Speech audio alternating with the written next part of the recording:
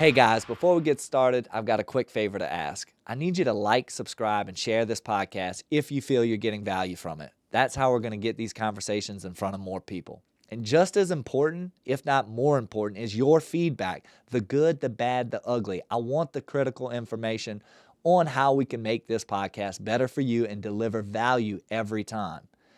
And if you know somebody in Louisiana who's doing big things in their field, industry, or business, please drop their name in the comments. We'd love to have the opportunity to bring them on the show.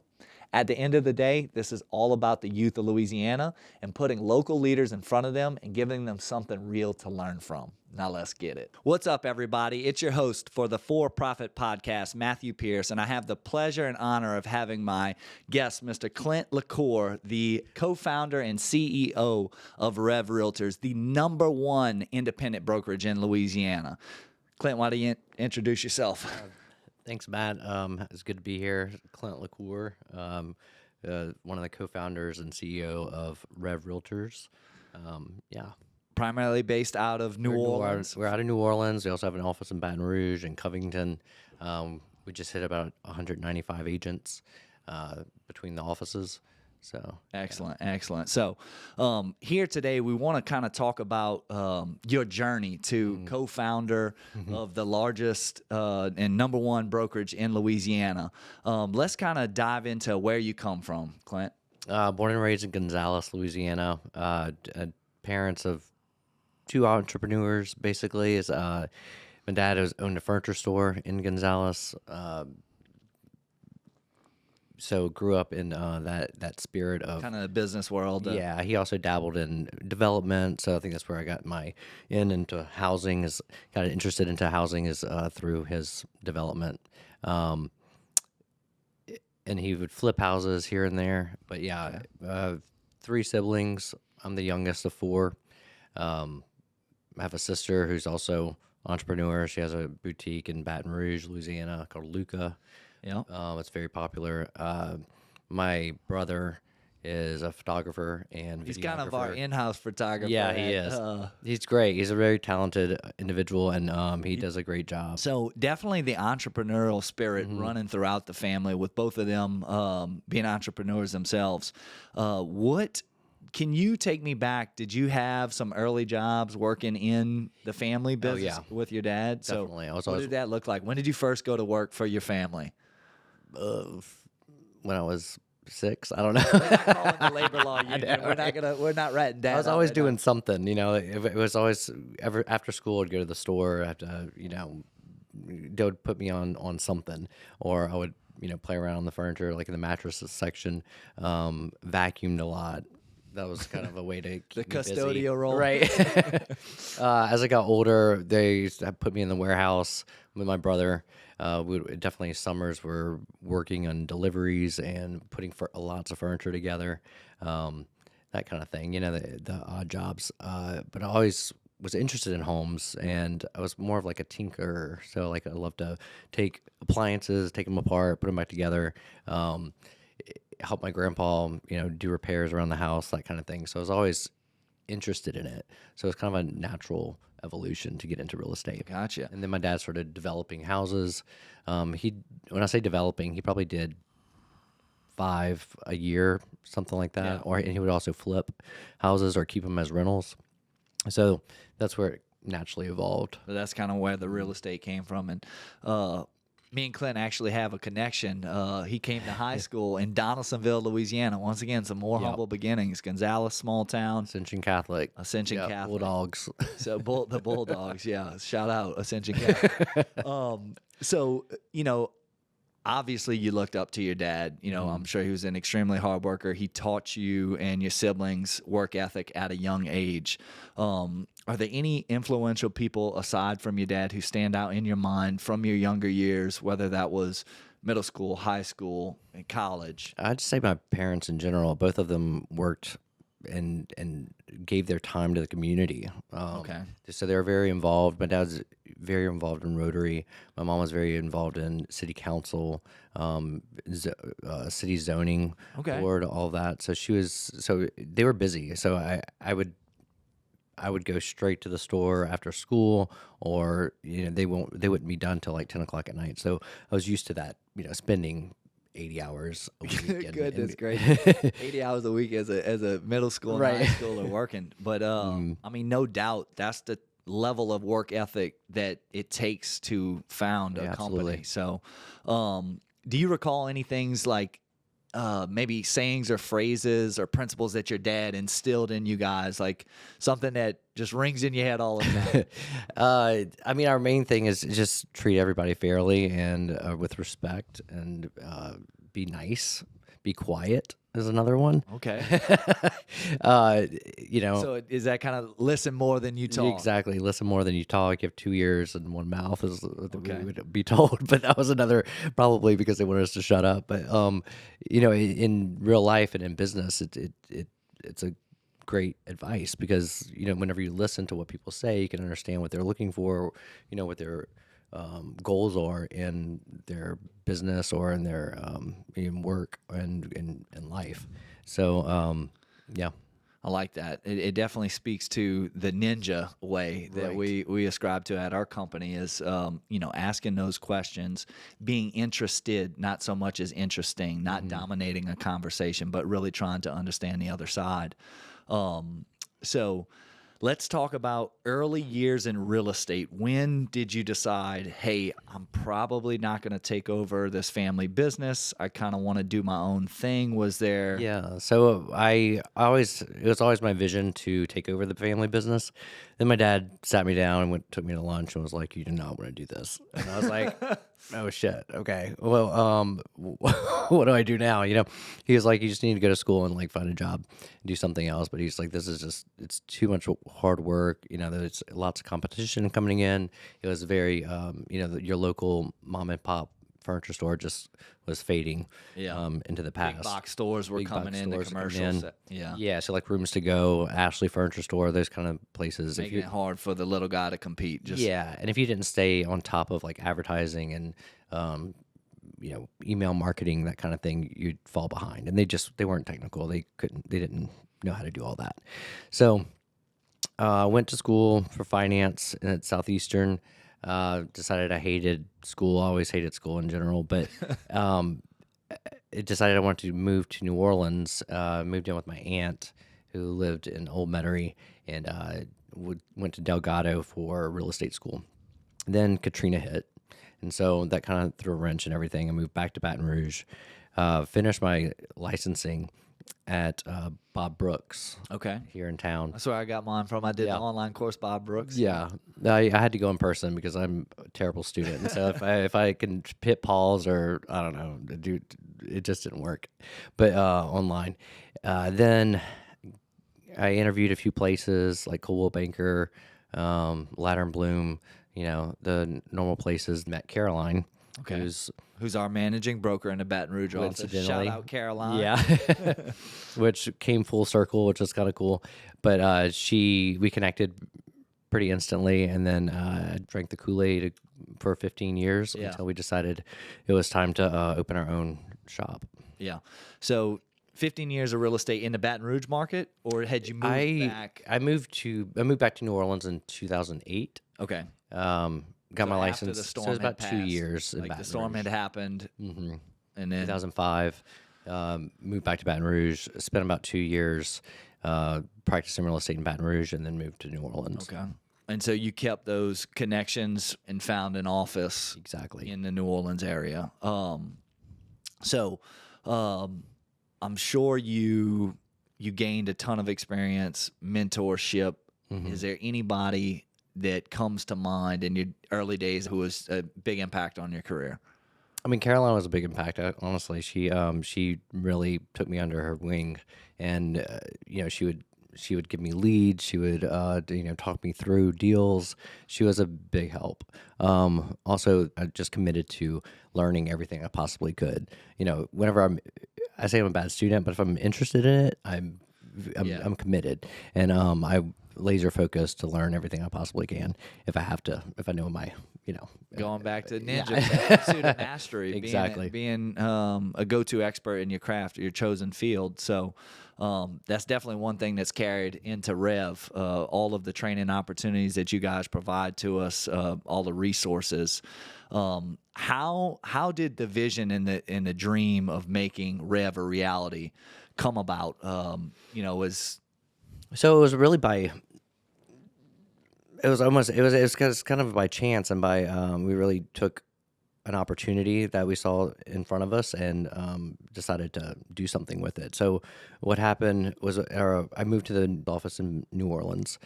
They had about 5 owners. One of the owners had majority stake in the company. I think 3 of the owners were agents, top performing agents in the office, and one was the broker. The majority owner decided he wanted his son to take over. They didn't. He had no experience. Didn't think that he could. We didn't think he could do it, and so with the opposition, he fired the managing broker and another agent who was very vocal about what was going on. And then after that, about 80 agents left. Yeah, so big time leadership shakeup. Huge. The company was not the same that you had come to love and work for and honed your skills at. It was Right. time to make a change. So it's time to make a change. But we spent about a year trying to decide on how to do this.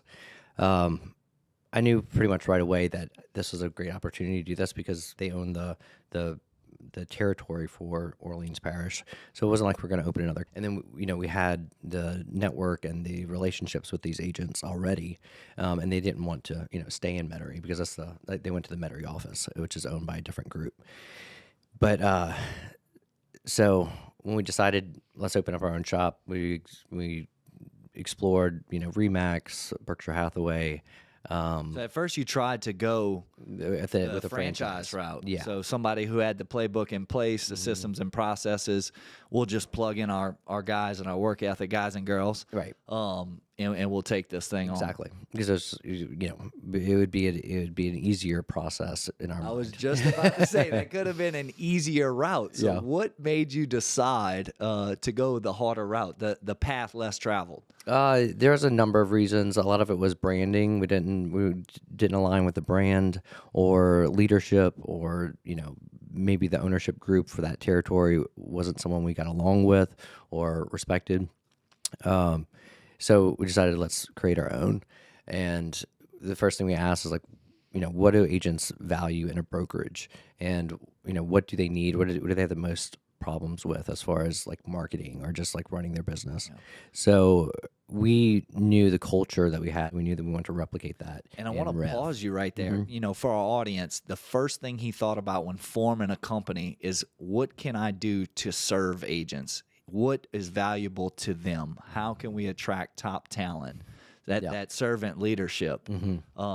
So I'm sorry to cut you off, but I kind of wanted to. That was a golden nugget. Yeah, I mean, really, it's that plus culture. I mean, really, that's really what makes us thrive, and I think keeps us motivated to keep moving forward. Is having the right people together. I hate using the word collaborating, but because synergy. It's collaboration. Yeah, synergizing is a good word to use. But there's a favorite saying that I like. It's if you want to go fast, go alone. Mm-hmm. If you want to go far, go together. And I try to think about that when I'm looking to work through deals and cooperate, right? To make sure both sides are winning. Yeah. You can't be a bulldog and just run people over, whether that's in day-to-day transactions or business and longevity in that. Yeah. So you're right. So whenever we opened, we knew we wanted the collaboration and we wanted people that we liked and liked to work with. So just on a personal level and then in a business situation.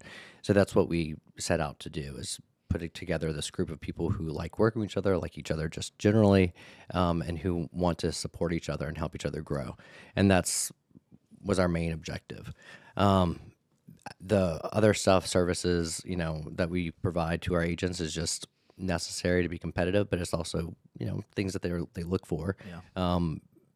But yeah, I mean, we really knew it was about the people and about who we wanted to surround ourselves with. Rev is very forward thinking on is all of the technology and tools and resources that you guys provide to us, from the marketing studio to the CRM to keeping contact with our clients, Absolutely. to the digital marketing tools, the templates. Just I love it. It's Thank you. I don't know who's doing it better. I interviewed with a few other companies, and I didn't get the feel that I had when I had come to the main office in New Orleans that day with Caroline. So Nice. That's good to hear. yeah, absolutely. Put a lot of work into that. Every agent and any top agent should be at Rev, in my opinion. But as long as you have the personality. yeah, let's. What were some of the struggles in those early days? Oh my gosh! I mean, we're here today. You guys have arrived, but it wasn't. Yeah. So I got I have three other partners. All were top producing agents in the market. We all got along. We're all friends. Tracy had her own brokerage, so it's a smaller brokerage. She was the broker initially. Then Joey got his broker's license, who is a sponsoring broker now. Ryan is also an agent, top performing agent still.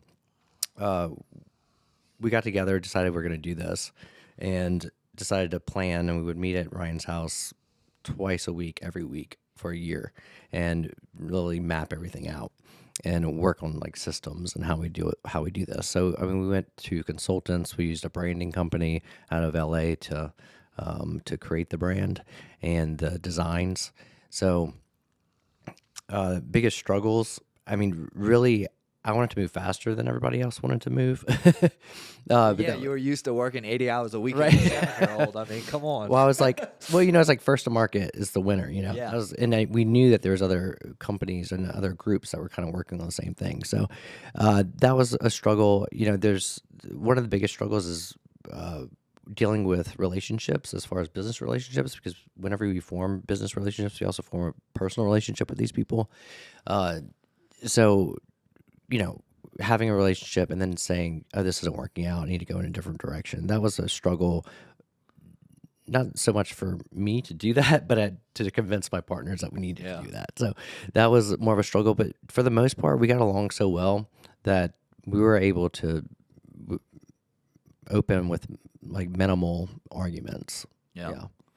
So all on the same page. We even did a personality test to make sure that we were compatible in business, and we even hired a consultant on that, and he said he couldn't ask for a better match and meeting of 4 partners. Yep. That's awesome. What do you think?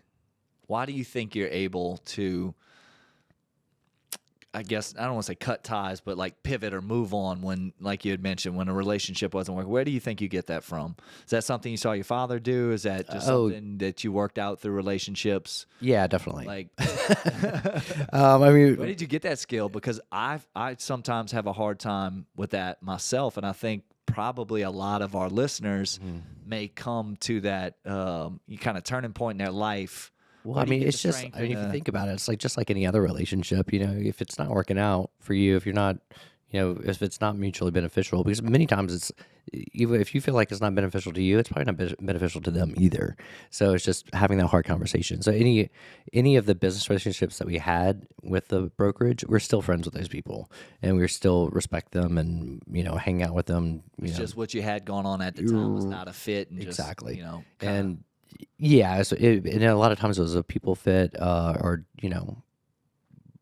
they just weren't organized enough to provide what we needed. Okay, so that was the biggest difficulty. What was some of the first wins, like the big wins that you guys had initially, like something that came together exactly as how you envisioned, and it seemed like it was just divine intervention? Our first location was on Jefferson Avenue. We had about 1,000 square feet. It's right above the CC's. When we just opened the doors, we had about 26 agents come in, which is huge. There were a mix between top performing agents and mid-tier agents, which is really a godsend. Otherwise, I don't know that we would still be here. Yeah. That was really the biggest initial win. because there's most brokerages independent wise will take decades to even get to 30, 40, Yeah. 50 agents, and we were able to Guys do had that. buy-in. So Yeah. you were pitching a dream and a mission that Mm-hmm. others believed in, and And we cultivated it, Yeah. while we were building the company, and we were cultivating those agents, and we even had focus groups with agents to say, like, if we provided this, would this be something you're interested in? We even presented the brand to a group of agents and wanted to see their feedback, and it was all great. So we decided to move forward and open. But whenever we did, 6 agents went with me and my assistant, and then we started onboarding. so when was the official launch? October 2018. So October 2018. And how long did it take to rise to the #1 independent brokerage in Louisiana? Oh, I would say I think it was probably 2020. We actually were second for a long time until Compass bought Ladder and Bloom, because Ladder and Bloom was always #1. But now that Compass bought Ladder and Bloom, we're now the #1 independent brokerage in Louisiana. But I would say it took us about 3 years. Okay. Yeah. Yeah. And we're at almost 200 agents now. You said just shy. We're in the 190s. 195. Okay, So my 195. goal is to get to 200 by the end of 2025, but Oh, well, we're close. I definitely think with this podcast and doing some marketing and showing people what Rev has to offer, we're going to get to that number sooner than you think. Yeah. So we talked about some of the big wins. What does day in the life of the CEO for Rev look like for you? How do you spend your days? Because you also still produce real estate. I so do you're still a produce, producer. not nearly as much as I did previously. This is really my main focus, is running the company. Wake up, get some breakfast. I go straight to the office every day, and I'll just Any Zen morning routines? Anything you like to get a workout in? Anything terrible. that you think aids to your success? I go to bed early, wake Okay. up early. I don't really have much of a routine. It's something that I've always struggled with, is doing like meditation, all of that. I always try to do it, but I don't know, I just struggle with it. I'm not one of those textbook CEOs where you have to go by it. Early to rise. Right. So getting an early start to the day. Definitely. Work out about 3 times a week. I should do it a little bit more, but I'm pretty happy where I am physically. Yeah. So I do work out with a trainer every 3 times a week in the afternoons. Okay. So after work, and then So meetings throughout the day. Oh, yeah. Leadership meetings. What? So Meeting with vendors? Are you constly? vendors is a big part of it. So meeting with agents, recruits, meeting with our brokers, just setting goals, meeting with our staff to make sure they're on track, they have everything they need to do, everything they need to get their work done, and just managing the company in general. But also, scoping out other locations where we can grow, what territories we have potential to grow in. One of my goals this year is to merge with a couple of companies this year. So, working on identifying companies like that, and just making our company more efficient. All right. So getting back to, you talked a little bit about your kind of daily routine and things your habits. I want to talk about, how do you stay motivated and driven during difficult times? Like, who are you leaning on? What are some of the things you go back to? Yeah, I think everyone struggles from time to time with motivation, and why am I doing this? That comes up more than I'd like to admit. But whenever I go to a team meeting, or hear about an agent who won a new listing, or hit their goals or exceeded them, that's what really motivates me. Is I feel like I'm helping people change their lives and build a life for their family. So that's really what I think pushes me. If I have if I'm struggling, I'll talk to my business partners or just a close friend about mindset, and then suck it up and get back out there. Absolutely. And so, as co-founder and CEO, a leader of the company, what do you think is something unique about yourself that maybe sets you apart as a leader? I would say that I'm more of an introvert than an extrovert. Okay. Also, I'm more tech savvy, I feel like, than most That definitely entrepreneurs shows and in CEOs. our company of Yeah. how tech forward we are. I mean, speak about some of the tools that we have. I mean, you're going to be better explaining it than me. Shoot. So what our CRM is very AI driven. It's they're very progressive in their updates. They're just using it and having the tools of far as like the sending out mailers and emails and a combination of all of these things. It has a GPT connection where it will text our leads and cultivate them for us. It doesn't do everything, but it's definitely a huge assist in cultivating leads and converting them. Our marketing platform is also integrated with AI, with photo editing, video editing, designs. Yeah. So We've got some big partnerships with the leading RE, right. Luxury Portfolio International. So what that is a network that you must be invited into. It's a group of the top independent brokerages all over the world. It's about 550 companies, 70 in 70 countries. And in order to qualify, you have to be the top 10% in your market to be a part of it. But what that does is gives us the reach of any other large franchise or brand, so that we can compete whenever we go to a listing appointment or buyer broker appointment. I also think about the community resources that we have on our work portal or intranet, whatever you want to call it, Work just being able to put things out there for all 195 agents to see, and if they have a recommendation or if they've experienced that before, being able to lean on others' experience and knowledge is huge. Yeah, and you also get to see people.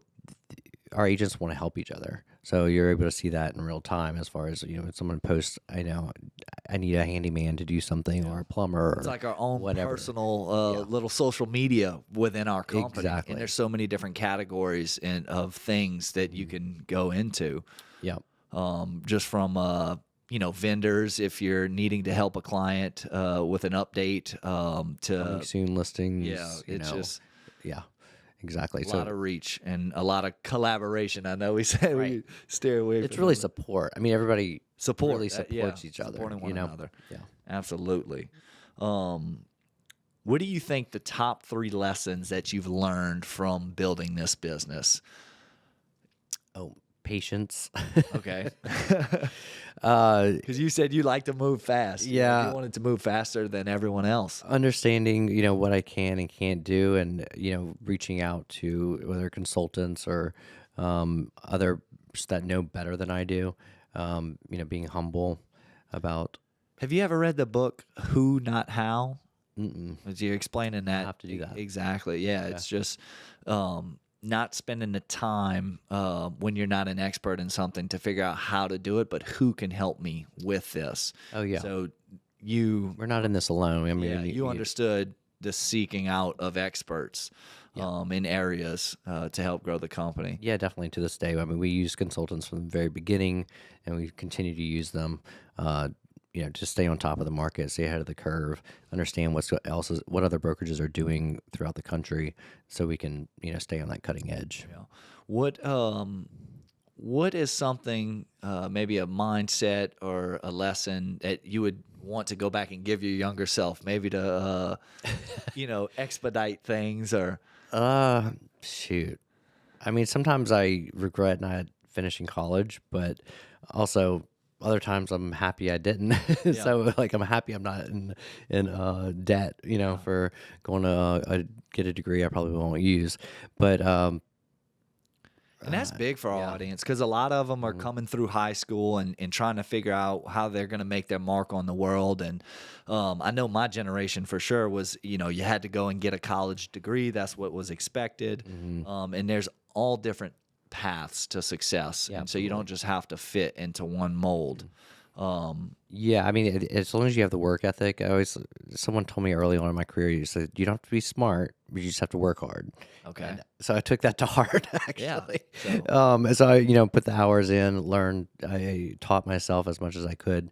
And it's really what what drove me.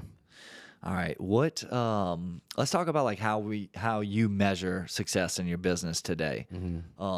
Is that sales volume? Is that the lives that you're impacting with your agents? How many Yeah, so I think sales volume is easily, it's easy something metric? I can measure that.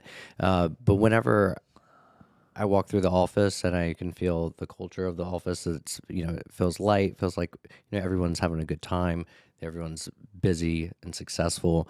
That's a huge measurement personally. Yeah. It's not something we write down on a Yeah, piece of not something paper. so tangible, right? Yeah, It's those intangibles. So or like whenever we get together for a mixer, which we do quarterly, having that feel of like, this is a family, That not positive just momentum, the right, not just my optimistic coworkers. mindset. Yeah. Mm-hmm.